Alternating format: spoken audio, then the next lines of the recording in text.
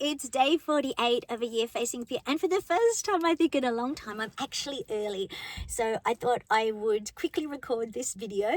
I'm here in beautiful Mornington for a lunch at a winery, and part of this is driving along the freeway, and it's a really 1 hour and like 20 minutes most of the way along the freeway.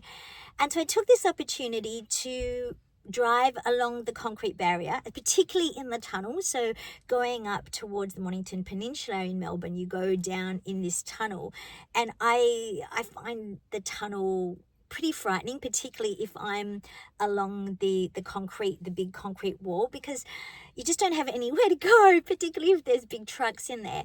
But today I made a decision to, as part of me facing my fear of driving next to the concrete barrier, and also in situations where I don't have control, to drive along the concrete barrier pretty much for the whole way. And I'm happy to say that I didn't feel much of a stress response at all. But that actually got me to think, because a couple of weeks ago, or a week or so ago, I had a really bad reaction, and I was really frightened driving along the little dark windy roads to Eltham, and also next to the concrete barrier at night.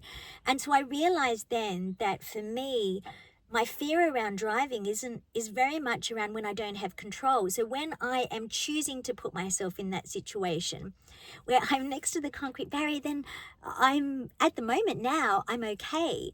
And I feel like I've gotten over that fear. But the second I find myself being put into that situation next to the concrete barrier where it's not my choice, where I haven't had a chance to psych myself up, or in any situation where I don't feel like I've got control driving, then straight away that threat response is activated, and I start to hyperventilate. My thinking gets really foggy, and this catastrophic thinking where basically I feel like I'm going to die, which is not very helpful if you're driving.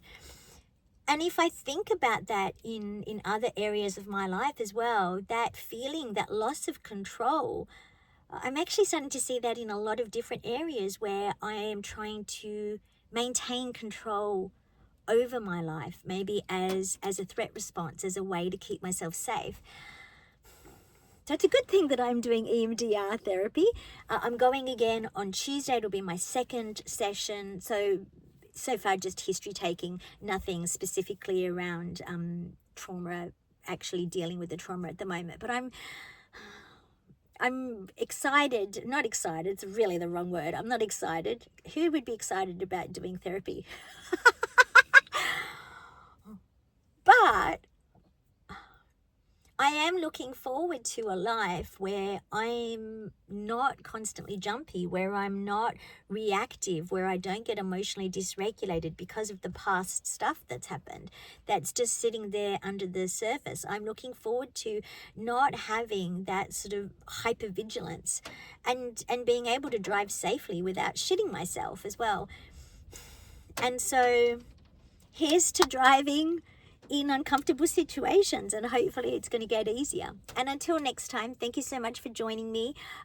If you've struggled with driving after an accident, let me know. If you did EMDR therapy and it helped you to get rid of some past trauma or that trauma response, I would love to hear about it. And until next time, I see you, I believe in you, and you have absolutely got this. Mwah.